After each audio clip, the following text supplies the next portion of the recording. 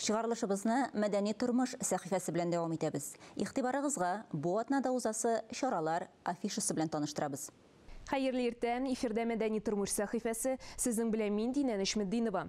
Апрель айының 1 атнасында Казан шәһәрендә һәм республика районнарында нинди мәдәни чаралар көтелә? Шуларга күз салыйк. Бүген Камал театрында Сицетуй спектакле уйнала. Илгиз Зәйнеев пьесасында 4 яшь пар үзләренең Сицетуйлары көнендә көтмәгәндә аерылышыр дәрәҗәгә җитә.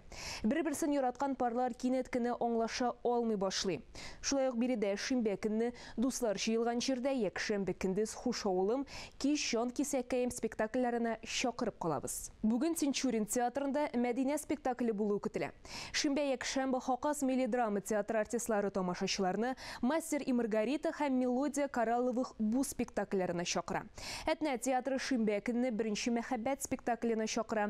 Әлеге спектакльнең бүгенге вакыйгаларга китергән тарихы бар. Режиссер Рәфкать Бикшәнтәев чыгышы белән Әтнә районы Бәрәскә авылыннан. Рәхилә ролена ул чакта театр студиясының 2нче курс студенты Нойлә Гәрәеваны чакыра. Режиссер белән актриса кыз арасында мәхәббәт уяна.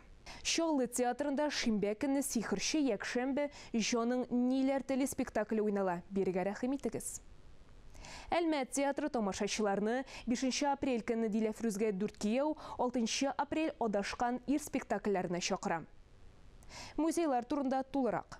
Татарстан халыклар дуслыгы йортында рәссам Ирек Мәссаровның күргәзмәсе ачылды. Теләк белдерүчеләр 2 апрельгә кадәр рәссамның иҗаты белән якынрак таныша ала. 31 майга кадәр Ислам мәдәнияте музеенда үзгәрешләр чоры мәдрәсәсе күргәзмәсе дәвам итә. Экспозиция Казан Мөхәммәдия мәдрәсәсенең 140 еллыгына һәм аңа нигез салучы, җәмәгать һәм дин эшлеклесе педагог Галимҗан Бородинның 165 еллыгына багышланган. Федор Шаляпинның иҗат юлы белән танышып, шәхси әсбапларын күрергә мөмкин.